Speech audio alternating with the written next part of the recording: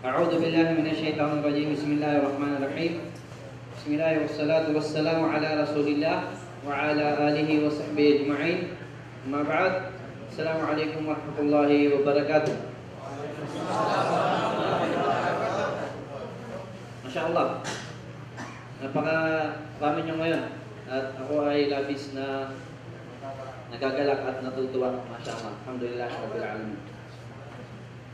Lahat ng papuri at pasasalamat ay para lamang sa Allah subhanahu wa ta'ala, ang Panginoon ng sanlibutan, na nag-iisang Panginoon na siyang naggabay sa ating lahat patungo sa napakagandang relihiyon na ito. Mga kapatid sa pananampalataya, hindi liit sa kaalaman ng bawat isa sa atin na napakaganda ng relihiyong Islam at napakakumpleto ng batas ng Islam, na napakaraming ipinag-uutos ng Allah subhanahu wa ta'ala na kung saan ito ay makakabuti sa bawat nilalang. At lahat ng mga ipinagbawal ay walang duda na ito ay makakasama sa bawat nilalang. At mga kapatid, kabilang sa ipinag-utos ng Allah subhanahu wa ta'ala, ang pinakadakila ay ang mahalin natin ang babaeng ito sa buhay natin.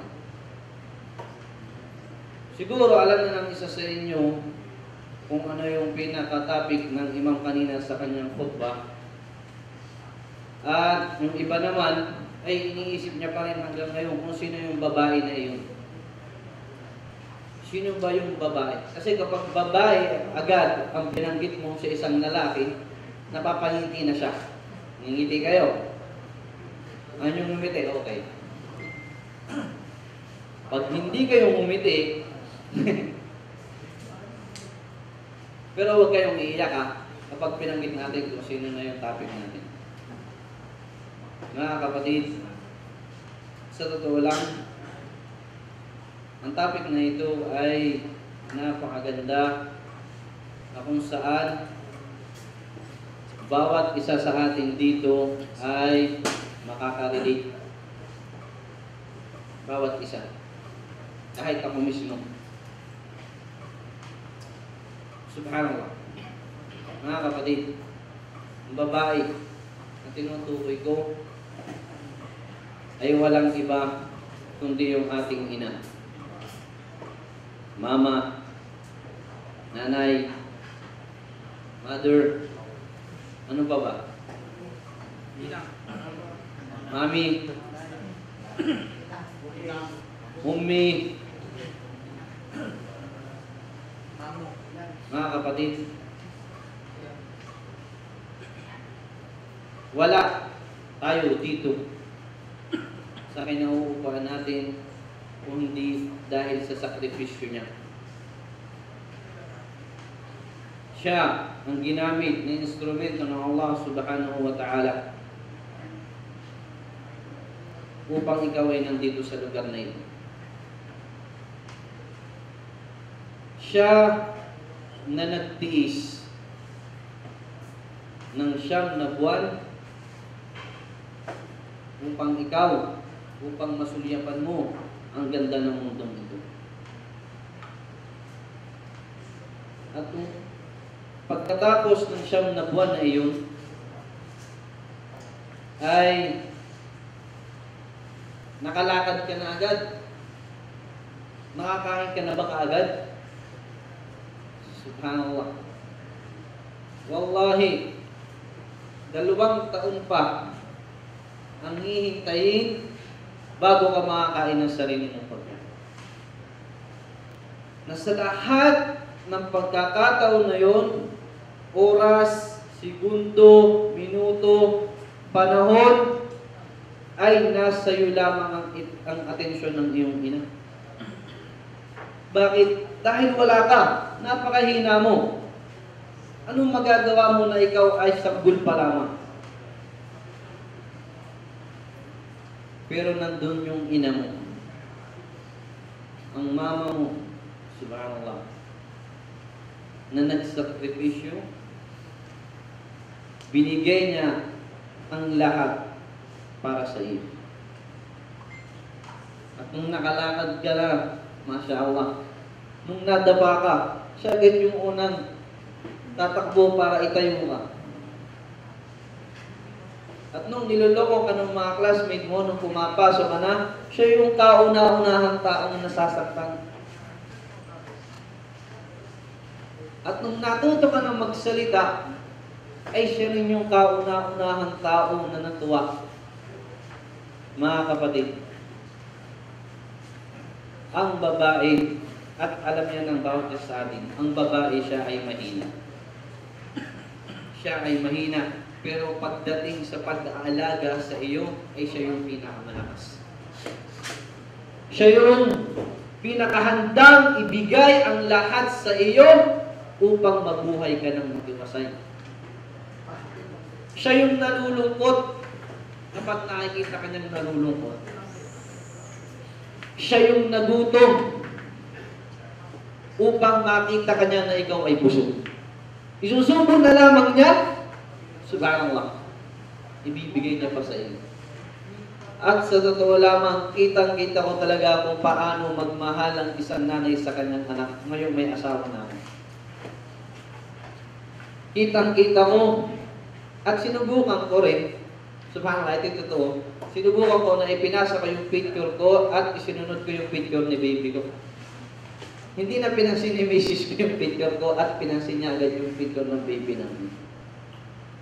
Kitang-kita doon mga kapatid, kung gaano kamahal ng nanay ang kanyang anak. Mga kapatid, napakataas ng antas ng ating ina sa Islam. Na naiulat sa hadith ng Propeta Muhammad sallallahu alaihi wasallam, man ahaqqu an-nas bi suhbati qala ummuk, thumma man qala ummuk, thumma man qala ummuk, thumma man thumma abuk. Subhanallah. Pinagtanong sa Propeta Muhammad sallallahu alaihi wasallam,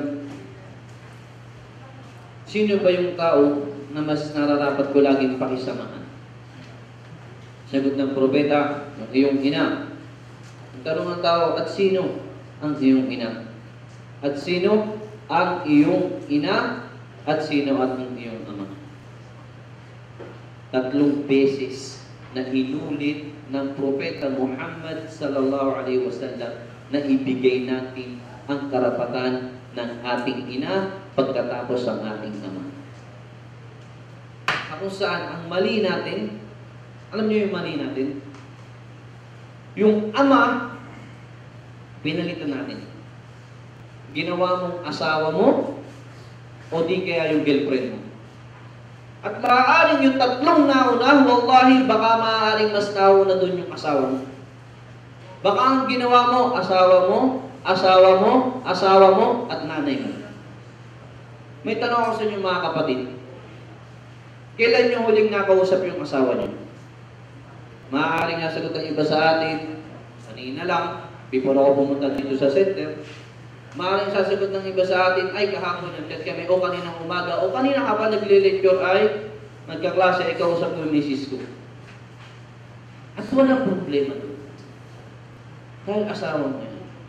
Pero yung pinakamalaking problema natin, kailan mo nakausap yung nanay mo? At pinakamakatinding problema, kapag yung girlfriend niya, mas inuna niya kaysa sa nanay niya, na kung saan wala pang karapatan sa kanya. Allahu musta'an.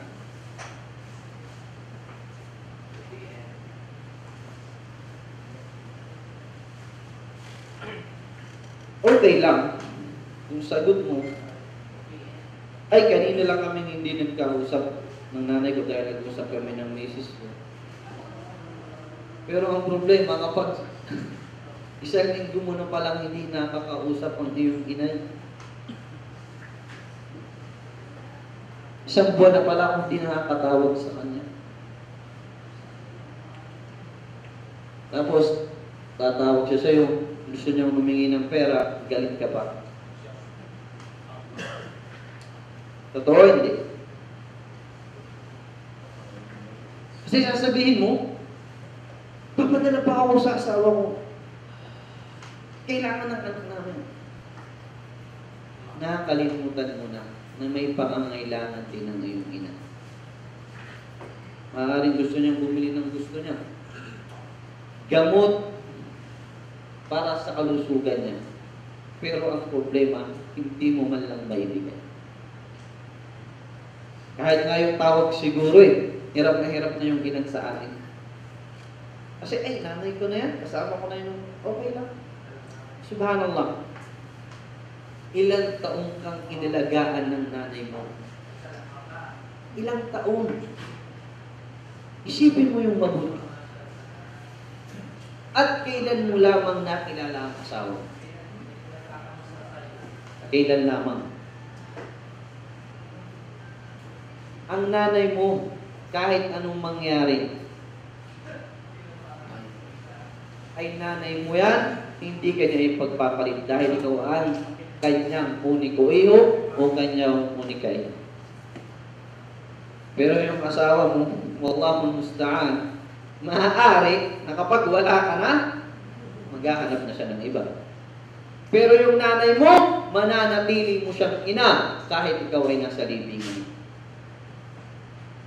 At siya yung nag-iisang babae na hindi ka na-traitorate, ang iyong ina. So bakit mo kailangan pabayaan ang iyong ina? Bakit hindi mo siya tinatawagan? Bakit hindi mo siya magawang mapadala? So mga kapatid, magbanggit tayo ng ilan sa mga kwento ng mga taong matutuwid na kung saan nandun talaga sa kanila ang paniniwala sa Allah subhanahu wa ta'ala at pagsunod sa propeta kung paano ba ginagawa ng mga taong ito ang pagmamahal, paggalang, pagrespeto sa kanilang ina. Naiulat na mayroong isang lalaki na dumating sa Propeta Muhammad sallallahu alaihi wasallam, dumating siya sa harapan ng Propeta Muhammad at sinabi niya na, "Ya Rasulullah, gusto kong makibaka kasama ka dahil nais ko ang paraiso." Sinabi ng Propeta Muhammad sallallahu alaihi wasallam, "Waihak hayatun ummuk." Sinabi niya, kaawaan ka nawa. Buhay pa ba ang iyong ina? Sinabi ng lalaki iyon, "Naam, buhay pa." Sinabi ng Propeta Muhammad, "Irji' fabirlaha." Bumalik ka sa kanya at maging magalang ka sa kanya, pakitunguhan mo siya ng maganda. At ang ginawa ng lalaking iyon, pinulit niya ang propeta. Pumunta siya sa tabihan ng Propeta Muhammad sa kanan at sinabi niya ulit yung sinabi niya kanina. Tinanong ng Propeta Muhammad, "Ahayatun ummuk?" Sagot niya, "Oo, buhay pa." Bumalik ka sa kanya at siya ay pakitunguhan mo ng maganda. At ang lalaking iyon ay pumunta naman sa harapan na mismo ng Propeta Muhammad sallallahu alaihi wasallam.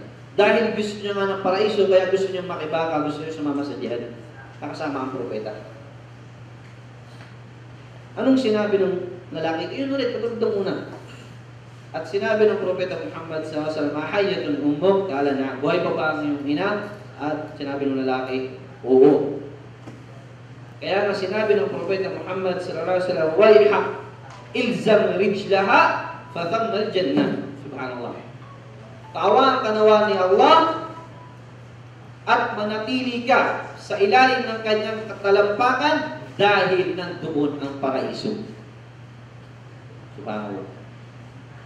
Wallahi, sa totoo lang mga kapatid, nung pumasok ako sa Islam, doon ko nalaman na pangalagaan ko yung nanay sa pagpasok sa Islam. Dahil tingnan nyo yung in details ng pag-uutos ng Islam kung paano mo mamahalin ang babae na pinakamalapit sa buhay mo. Detalyado yung mga kapatid. At ito yun sa pinag-uutos ng Islam. وَقَضَى رَبُّكَ أَلَّا تَعْبُدُوا إِلَّا إِيَّاهُ وَبِالْوَالِدَيْنِ إِحْسَانًا. At itinagubilin ng inyong Panginoon na wala kayong ibang sasabihin kundi siya lamang. At pagkatapos noon, sinabi niya, at maging magalang, mapagmahal, magkaroon ng respeto sa inyong magulang. After ng tawhid, isinunod agad ng Allah subhanahu wa ta'ala na igalang at mahalin yung ating magulang. Lalong-lalo na ang ating mga ina. Naiulat mula kay Ibn Umar na mayroong isang lalaki at katulad ng hadith na yun. Ngayon naman, si Abdullah bin Mas'ud, yung nanay niya, ay humingi ng tubig kay Abdullah bin Mas'ud radiyallahu anhu. Kaya ang ginawa ni Abdullah bin Mas'ud, alamin natin na nung panahon na yun ay hindi ganun kadaling kumuha ng tubig. Kaya kailangan lumabas ni Abdullah bin Mas'ud nung gabing iyon upang maghanap ng tubig para sa kanyang ina. At nung pagbalik niya, ay nakita niya yung kanyang ina ay nasa higaan na at natutulog na. Nung sandaling iyon, ay nanatili doon si Abdullah bin Mas'ud, hinintay niya na magising ang kanyang ina. Para doon sa tubig na kinuha niya para sa kanyang ina. Ibig sabihin, magdamag siya naghintay doon sa ulunan ng kanyang ina, naghihintay siya nang ibigay yung tubig sa kanya. Subhanallah. Isa yun, pagsasakripisyo para sa kanilang ina. Na kung saan, naiulat mula kay Abu Musa al-Ash'ari at Abu Amir, nung sila ay nag-Muslim na, at kabilang sa mga nag-Muslim sa kanilang tribo ay merong isang babae. At sinabi ng Propeta Muhammad sallallahu alaihi wasallam, ano bang ginawa ng isang babae mula sa inyo na kung saan ay kilala siya na ganito ang ginawa niya at ganyan? Sinabi ni nung dalawa na iniwanan namin siya kasama yung kanyang pamilya, yung babae ngayon, okay? At sinabi ng Propeta Muhammad sallallahu alaihi wasallam, فَإِنَّهُ كَدَا غُفِرَ لَهَا. Katunayan, yung babaeng iyon ay pinatawad na ng Allah subhanahu wa ta'ala. Pinatawad na. Nagulat si yung dalawa. Bakit? Ano pala ang ginawa ng babaeng iyon, ya Rasulullah? Sinagot ng Propeta Muhammad, dahil sa pagmamahal niya sa kanyang ina. Sa paanong paraan? Sinabi ng Propeta Muhammad sallallahu alaihi wasallam, dahil yung nanay ng babaeng iyon ay matandang-matanda na. At dumating yung mga kalaban sa kanila na gusto silang kunin, at ang ginawa ng babae ay binuhat niya yung kanyang nanay, binaba niya upang maitakas niya. At kapag sila ay napapagod, ang ginagawa ng babae ay pinapaupo niya yung kanyang nanay sa kanyang hita. At ayaw niya na maiinitan yung paa ng kanyang nanay dahil sa init ng disyerto. Ang ginagawa ng babaeng iyon ay pinapatapakan niya ang kanyang sariling paa para sa kanyang ina. Dahil ayaw niya na mainitan ang kanyang paa. Isa lamang yun, mga kapatid. Kaya nga, kung sino man sa atin na gustong makaiwas sa impyerno at gustong pumasok sa paraiso, ay wallahi kailangan natin maging mapagmahal, maging magalang, magkaroon ng respeto sa ating ina. Dahil katotoo lamang, kung aayusin natin yung pakikitungo sa Kanya, yung pagsasalita natin sa Kanya, at hindi tayo nagdadalawang isip na bigyan siya ng pagkain. Ang problema kasi ngayon, kapag tumanda na yung nanay, anong ginagawa? O yung tatay, anong ginagawa? For the ages. For the ages. Bakit? Dahil ayaw nilang alagaan yung kanilang ina. O yung kanilang ama. Subhanallah. Nung bata ka, kapag ikaw ay dumumi, kaya mong hugasan yung sarili mo. Sinong gumawa nun? Yung nanay mo. Tapos ngayon lumaki ka na, hindi mo maibigay yung pareho ng ginawa nila sa'yo dahil nadidiri ka na sa kanila. Wallahu musta'an. At nung natuto ka ng magsalita, paano mo nagagawa na itaas ang boses mo dun sa tao na nagturo sa'yo para ikaw ay magsalita? Allah musta'an.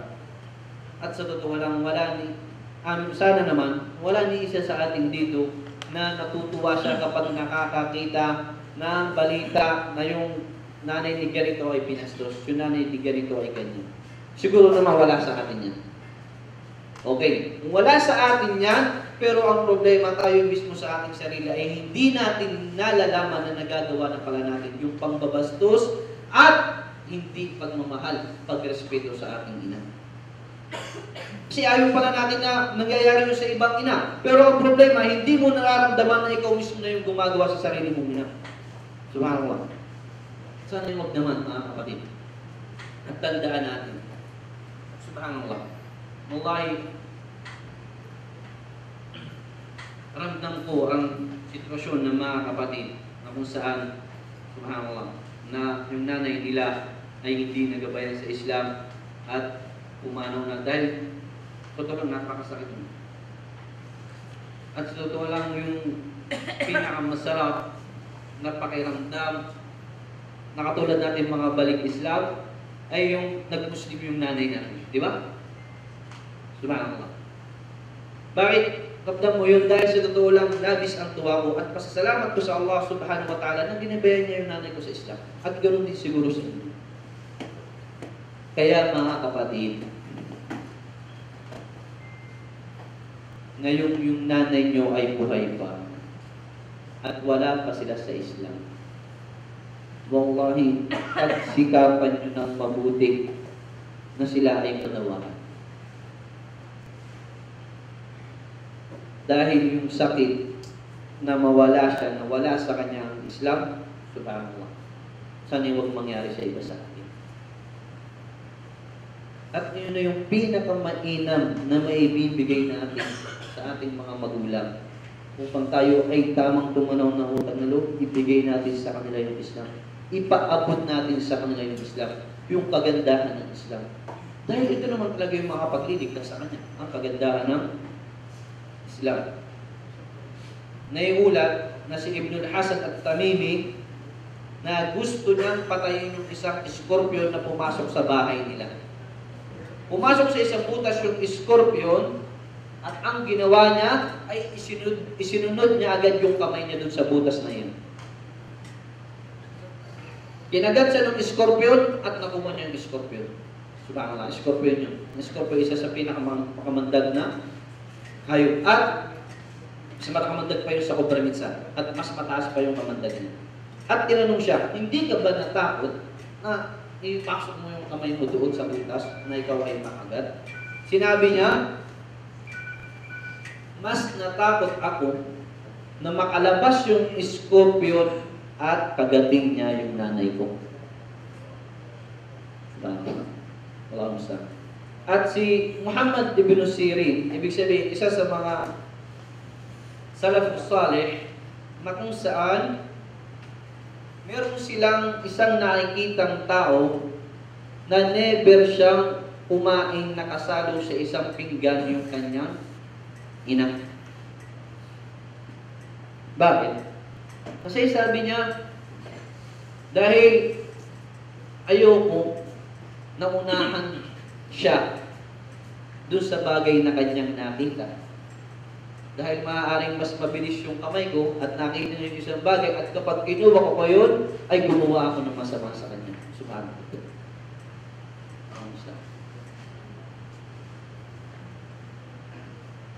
Ako saan yung iba sa atin, kapag yung alam niya, yung favorite ng tatay niya o nanay niya, yung parting ito, ay ayun din yung kukunin. Siyempre, ang nanay mo, Allahu Akbar, Masya Allah, ibibigay niya yun sa'yo dahil anak ka niya. Mas pipiliin niya na mas masarap ang ka, mas busog ka. At ikaw naman, wala kang ibang inisip kundi yung sarili mong tiyan. Di ba? Pero yung nanay mo nakakalimutan mo. Mga kapatid, tandaan natin. Huwag tayong magmamaliit sa kahit ni katiting na kabutihan para sa ating nanay. Dahil kabutihan sa ina ay ito yung nagbubukas ng baraka para sa isang tao.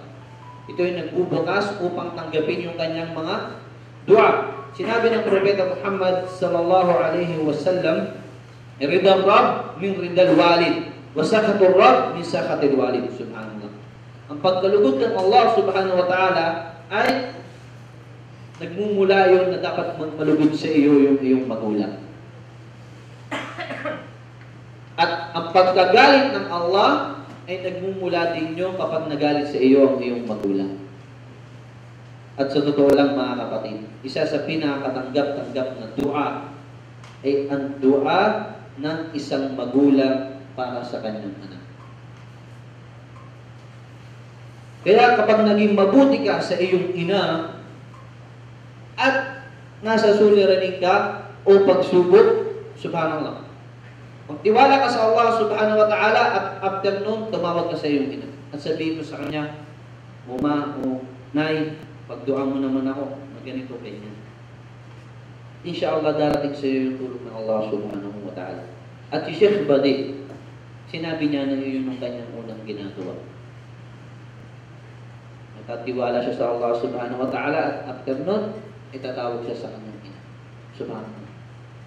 Kasi Imam Sudais, hafidahullah, niniulat niya, dahil sa sobrang kulit niya nung bata, ay ang nidua sa kanya ng nanay, napakakulit mo, napakatigas ng ulo mo. Sana ay maging imam ka na lamang ng haram. Ibig sabihin ng Masjidil Haram.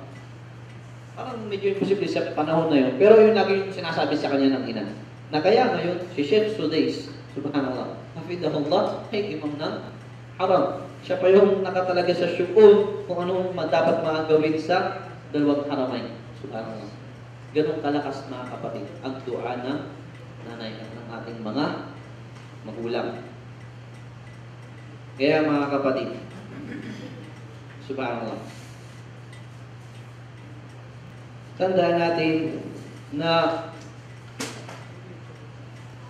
wala pa tayong naibigay sa ating magulang upang suklian yung kabutihan na ibinigay nila sa atin. Sabihin mo naman, wala naman silang kabutihan na ibinigay sa akin eh. Nung bata ako, pinabayaan nila ako, hinayaan lang nila ako, subhanallah. Yung mismong paglabas mo dito sa mundong ito ay napakalaking utang na loob mo na iyo. Allah alam. Totoo yun, kapatid. Meron ba dito ang pinanganak mula sa lupa? Nagmula sa puno? Nagmula siya doon, hindi ko alam kung ano siya. Namusta. Wallahi mga kapatid, nagmula tayo, pareho-pareho tayo nagmula sa isang babae at iyon ang ating mga ina. Kaya nga sinabi ng Allah subhanahu wa ta'ala, وَقَضَى رَبُّكَ أَنْ لَا تَعْبُدُوا إِلَّا إِيَّاهُ وَبِالْوَالِدَيْنِ إِحْسَانًا وَإِمَّا يَبْلُغَنَّ عِندَكَ الْكِبَرَ أَحَدُهُمَا أَوْ كِلَاهُمَا فَلَا تَقُلْ لَهُمَا أُفٍّ وَلَا تَنْهَرْهُمَا وَقُلْ لَهُمَا قَوْلًا كَرِيمًا. At sinabi sa ibang aya, وَاخْفِضْ لَهُمَا جَنَاحَ الذُّلِّ مِنَ الرَّحْمَةِ وَلَا تَنْهَرْهُمَا وَقُلْ لَهُمَا وَقُلْ رَبِّ ارْحَمْهُمَا كَمَا رَبَّيَانِي صَغِيرًا. Okay. At pinag-utos ang Allah subhanahu wa ta'ala ng inyong Panginoon na wala kayo sasambahin kundi siya lamang. At ang maging magalang, mapagmahal, maging mabuti sa inyong magulang. At kung umabot ang isa man sa kanila ng pagtanda o pareho silang umabot ng katandaan sa iyo, ay huwag mong sasabihin sa kanila na uff. O di kaya yung kunting pagdamot lang. Huwag na huwag. Kung yung konting simpleng pagdamog lang ay wag na wag mong gagawin, paano pa kaya yung pagsigaw? Paano pa kaya yung ibagsak mo yung pinto? Paano pa kaya yung mga kabanaan na pinatay niya yung kanyang sariling ina para lamang makagimik siya? Wala kang gusto.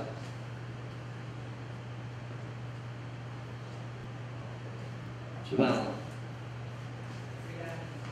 Wala tanhamhuma at wag mo silang kamuhian. وَقُلْ لَهُمَا قَوْلًا كَرِيمًا. At sabihin mo sa kanilang dawa yung napaka magandang pagpananalita. At ibaba mo sa kanila ang pakpak ng pagkaawa. Ibig sabihin, mahalin mo, magpakumbaba ka sa iyong ina. Mga kapatid, sinabi magpakumbaba, hindi magmataas. Kasi yung iban sa atin, nakaabot na siya sa ganito, nakatapos siya sa ganito, subhanallah, nakuha niya na magmataas sa kanyang magulang. Subhanallah, wallahi mga kapatid, kahit yung nanay mo o tatay mo ay hindi nakatapos ng elementary, pero gumawa siya ng paraan para ikaw ay makapag-aral. Para hindi mo abutin yung nangyari sa kanila. Dahil ayaw nila para yun sa'yo. Dahil ganun ka nila kamahal. Ganun sila naghihirap para sa'yo. Wala silang ibang nasa isip kundi yung kabutihan. Ikaw naman, wala kang ibang iniisip kundi kabutihan mo ng sarili mo. At siguro minsan, hindi naman ganun ka selfish yung isang Muslim. Di ba? Pero mas pinipili niya yung kanyang mga kabarkada kaysa sa kanyang ina. Mas pinipili niya yung kanyang asawa kaysa sa kanyang ina. Mas pinipili niya yung kanyang mga kasama kaysa sa kanyang ina. Subhanallah, nasa na yung sinabi sa hadith? Katatlong beses mo dapat ibigay ang karapatan ng iyong ina pagkatapos ang iyong ina. Subhanallah. Mga kapatid, tandaan natin na mayroong mga karapatan ng ating ina sa atin. Isa doon ay wag na wag mo siyang tatawagin sa kanyang sariling pangalan. Wag na wag. Iyon ay pagpapakita ng walang galang.